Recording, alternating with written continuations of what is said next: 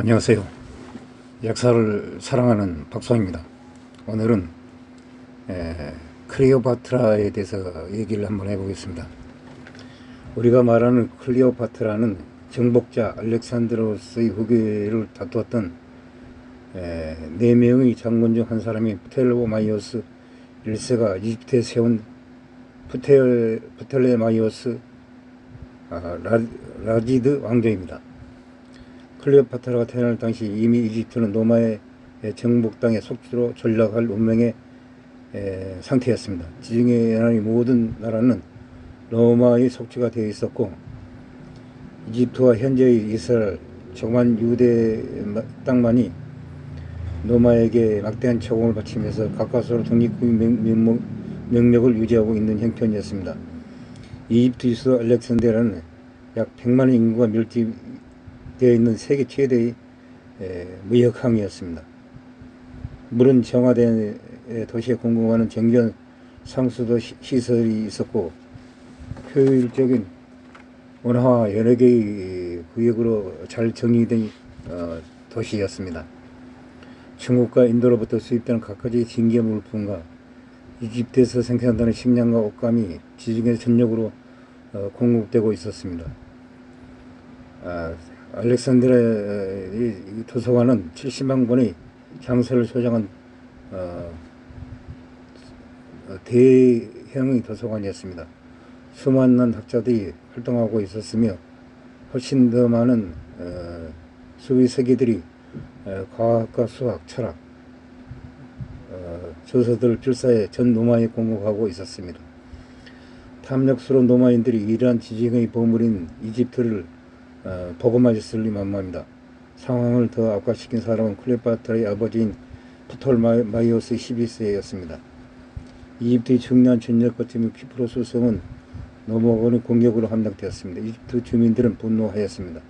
그들은 아울레테스를 축출을 하고 장녀이자 클레오파트라의 언니인 베레니크의 4세에게 왕위를 넘겼습니다. 아울레테스는 막대한 빚을 져가면서까지 원로원이 의원직을 사서 자신의 딸과 대령하며 로마군의 출병을 요구하였습니다. 아울레테스는 죽고 장녀가 된 클레오파트라는 왕가의 법에 따라 동생 프톨레마이오스 13세와 결혼을 하였습니다. 이집트의 공동 통치자가 되었습니다. 클레오파트라의 나이는 18살, 남편이자 남동생의 나이는 10살 정도였다고 합니다. 그렇지만 라지드 왕가는 곧 고질적인 내분에 빠져들었습니다. 항암 포티누스를 주축으로 한 소년망 프톨레마이오스 13세와 클레오파트라의 바로 밑의 여동생인 아르시노에게가 손을 잡고 클레오파트라를 쫓아냈습니다. 왕가에서 흔히 볼 수 있는 권력 결정이었습니다. 실제로는 강력한 통치권을 행사하는 진정한 파라오가 되기를 원하는 여왕이었으나 쫓겨나게 됐습니다. 클레오파트라의 성향이 중요한 변수였습니다. 클레오파트라는 마케도니아의 혈통을 가진 파라오 왕이었습니다. 자신의 권력 기반을 왕가를 따라 이주한 그리스계 주민이 아니었습니다. 대다수는 토착 이집트인들로 이루어졌다고 합니다. 클레오파트라가 죽일 당시 이집트의 경제는 엉망이었고, 개혁 경제를 기반으로 하고 있는 나라에서 물가는 바닥으로 떨어졌다고 합니다. 천정부지로 부동산은 올랐습니다. 이 와중에 부동산과 금화를 보유하고 있는 사람들은 쉽게 돈을 벌어들였지만 서민들의 경제는 엉망이 되었습니다. 더욱이 불안한 물가 때문에 부의 원천이 수천은 완전히 막혀 있었습니다. 클레오파트라는 기술적 이집트 화폐의 가치를 3분의 1로 평가절하해버렸습니다. 금붕의 제도를 근간으로 하는 이집트에서 발행된 금화와 대부분 소속 기슭계 주민들과 유대인들이 독점하고 있었습니다. 하루아침에 서민들의 수입은 배로 늘어나는 반면 특권을 누리던 소수의 재산을 가진 부자들은 3분의 1로 부가 줄어들었습니다. 생산과 소비가 늘고 수출이 정상화되었습니다. 클레오파트라는 한 걸음 더 나아가 이집트 전통 신앙을 지키던 사제들을 자기 편으로 끌어들였습니다. 그리스 주민들의 신앙은 당연히 올림포스 12신을 주로 섬겼습니다. 프톨레마이오스 라지 왕가 역시 되도록 이 전통에 충실하였으며 태양신 지혜의 여신 이시스를 섬기는 이집트 종교를 개척하고 있었던 것입니다. 클레오파트라는 자신이 직접 이시스에 분장하면서 사제들의 지원을 끌어냈습니다. 이집트는 종교의 나라였습니다. 사제들의 영향이 대단한 것이었습니다. 서민들의 입장에서 보면 클레오파트라는 자신들의 삶을 극적으로 개선시킨 군주인데다가 사제들의 칭송을 받고 있었습니다.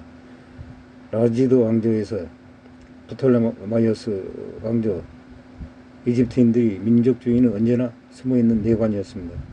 클레오파트라는 이 시점까지 250년을 주석된 프톨레마이오스 왕가에서 민족의 원형인 이집트를 구사할 줄 아는 유일한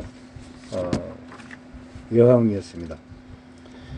전임 파라오 왕들은 피정무민인 이집트인들에 대해서 신경조차 쓰지 않았다고 합니다. 외교적인 면에서 그녀는 현명한 선택을 하였습니다.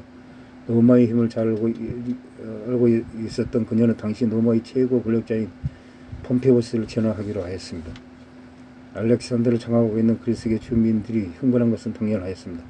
알렉산드리아를 설치한 클레오파트라는 그저 손을 놓고 있지만 않았습니다. 그녀는 용병들을 모아서 군대를 조직한 다음 직접 지휘를 하였습니다.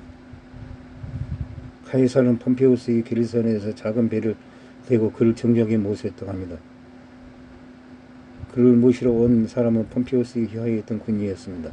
작은 배가 알렉산드리아 항을 향해 나아가다가 하리 사정거를 벗어나자 폼페우스의 가족들을 게르선에서 바로 오고 있는 가운데 죽였습니다. 사흘 후에 카이사르가 알렉산드리아에 나타나자 암살자들은 자랑스럽게 폼페우스의 목을 바쳤다고 합니다. 이집트인에 대해서 병력면에서 열세에 있었던 카이사르는 이들에게 노골적으로 반감을 드러내지는 않았지만 마음속으로는 이미 이집트의 통치자를 결정한 상태였습니다. 카이사르가 알렉산드리아에서 입성했을 때에도 시민들이 로마에 대해 가지고 있는 반감은 여전하였습니다. 카이사르는 한밤중에 자신의 나신을 카페에 둘둘 말아서 은밀하게 카이사르 처소에 전임하는 여왕을 보고 내게 나갔다고 합니다. 격정적인 하룻밤의 사랑을 이루었다고 합니다.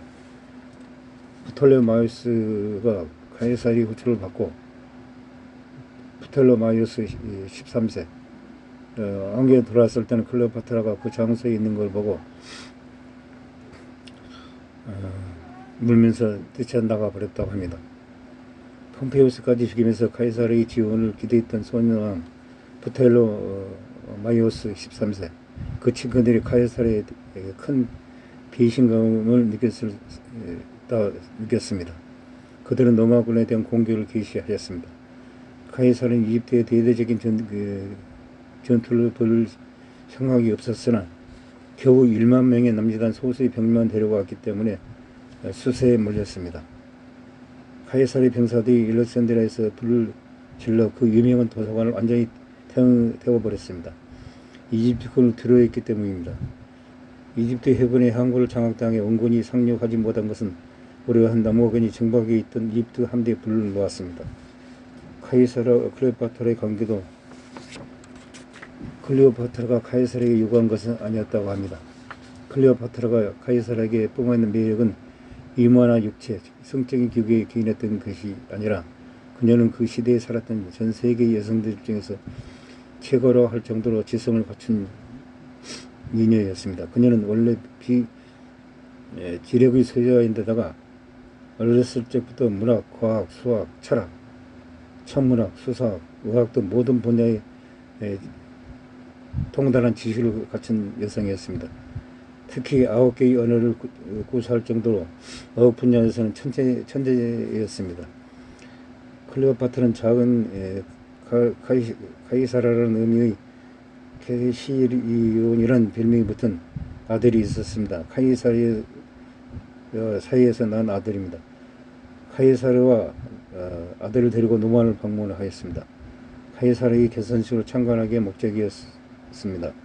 로마인들은 이집트에 대한 탐욕을 감추는 대신 여왕에 대한 저의를 품었다고 합니다. 카이사르는 워낙 소문난 바람둥이였습니다. 바람둥이들은 한 여자에 만족하지 않고 여러 여자들을 탐령하는 것이 문제입니다. 카이사르 원년에서 암살을 당하였습니다. 그 주범은 브루투스였다고 합니다. 카이사르가 브루투스의 칼을 맞고 하는 말이 있습니다. 브루투스 넘어져. 바람둥이들은 뭐 자기 자신도 모르게 사생활을 많이 두게 되어 있습니다.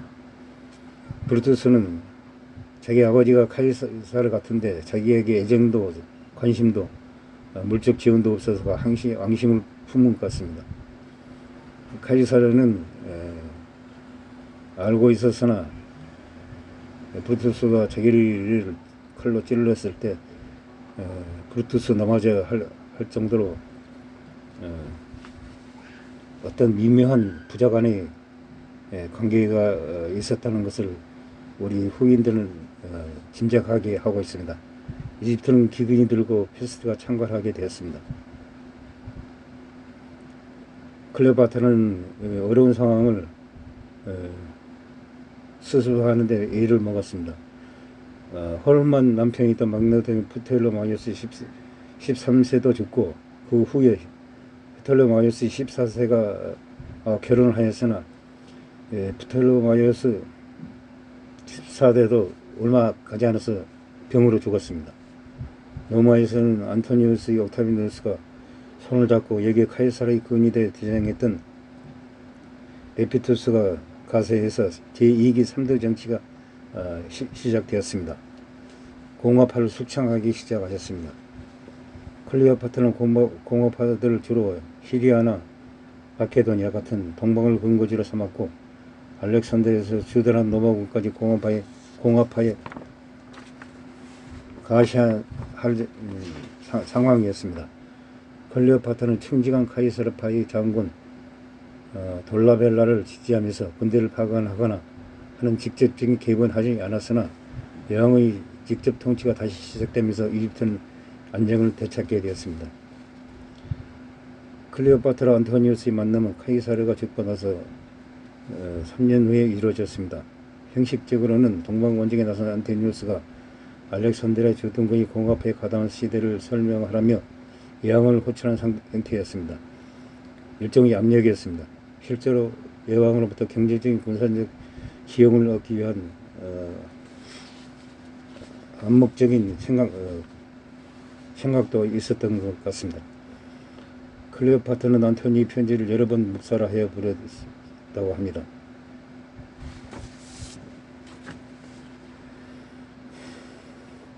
이 만남은 안토니우스와 클레오파트의 만남은 당대의 큰 화제였다고 합니다. 클레오파트는 알렉산드리아에서 타르수스까지 화려한 여행의 전용 갤리선으로 이동하였습니다. 금으로 장식한 뱃머리, 비룡색의 덫, 은으로 만든 노는 각각의 악기가 연주하는 장단에 맞춰 움직였습니다. 여왕인 앞으로 디테는 금으로 만든 별실에 비습이 누워 있었고 그 주변에 컴퓨터로 변장한 아이들이 부채질하고 있었습니다. 여신처럼 차려입은 아름다운 시녀들이 방향타의 밧줄을 잡고 있었다고 합니다. 키케로의 표에 의하면 안토니우스는 육체적으로나 정신적으로나 완벽하게 갖춘 금투사 모습을 한 사나이였습니다. 첫 만남에서부터 주특구를 잡는 쪽은 클레오파트라였다고 합니다. 그녀는 당시 지중에서 가장 부귀한 여인이었으며 안토니우스가 원하는 것은 무엇이든지 해줄 수 있는 능력을 갖추고 있었다고 합니다. 클레오파트라는 프톨레마이오스 라지드 왕조의 전성기였습니다. 안토니우스가 정복한 영토를 여왕이 통치하였으며 알렉산드리아는 아예 클레오파트라에게 할양되었다고 합니다. 안토니우스의 계승도 로마가 아니라 알렉산드리아에서 거행되었습니다. 로마인들은 분노로 들끓었습니다. 로마 초대 황제 옥타비아스는 이런 조작을 하였습니다. 이집트에 대해서 선전포고를 하였습니다. 두 사람이 올라올 처리한 악티움 해저입니다. 악티움 해저는 옥타비아누스 500척의 함대와 안토니우스 클레오파트라 연합함대 약 500척의 함선이 대해전이었습니다. 치열하게 지금 전쟁을 하는 중에 갑자기 강풍이 불었습니다. 갑자기 클레오파트라가 배를 돌려 도망을 갑니다. 우리가 클레오파트라 여왕, 즉 왕을 떠나서 클레오파트라는 여성입니다. 여자. 엄청난 그 대해전을 보고 안토니우스를 배신한 게 아니라 어떻게 보면 여자이기 때문에 겁을 먹고 도망간 것이 아니냐, 저는 이렇게 생각해 봅니다. 여기서 전쟁이 끝이 난 거나 마찬가지입니다. 군대는 사기입니다. 지원군이 안토니우스를 도와줬으면 모르지만 같은 연합함대 클레오파트라가 도망을 갔으니 전쟁은 여기서 끝이 난 거나 마찬가지입니다. 우리가 고구려 출신 고선희 장군이 서해역을 정벌할 때 달라스 강변에서 이스라엘 왕군과 대치하였습니다. 이때 동맹군인 한 개의 부족이 이스라엘 왕군에 붙어버렸습니다. 여기서 고선희가 대피하게 되었습니다. 이와 같이 어떻게 보면은 클레오파트라가 안토니우스를 배신한 것 같지만은 저희 여성으로서의 어떤 겁을 먹고 도망가지 않았나, 그렇게 생각해 봅니다만은 결과적으로는 대패배를 당하였습니다.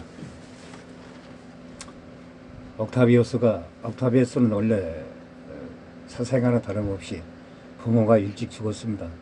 그래서 친척집에 어려서부터 자랐다고 합니다. 옥타비아스는 카이사르의 양조로 들어가가지고 후계자가 되었습니다만은 혼자 성장하였기 때문에 독립심이 강한 사람이었다고 합니다. 옥타비아누스가 악티움 해전에서 이기고 나서 이집트에 상륙하였습니다. 옥타비아누스 앞에 클레오파트라가 요란하게 치장을 하고 나타났습니다. 클레오파트라는 카이사르 안토니우스를 굴복시킨 여자였습니다.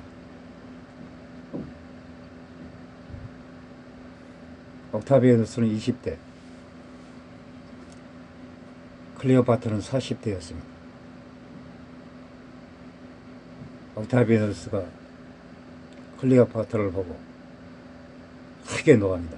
제 여자를 잡아서 노마로 끌고 가서 목을 치겠다.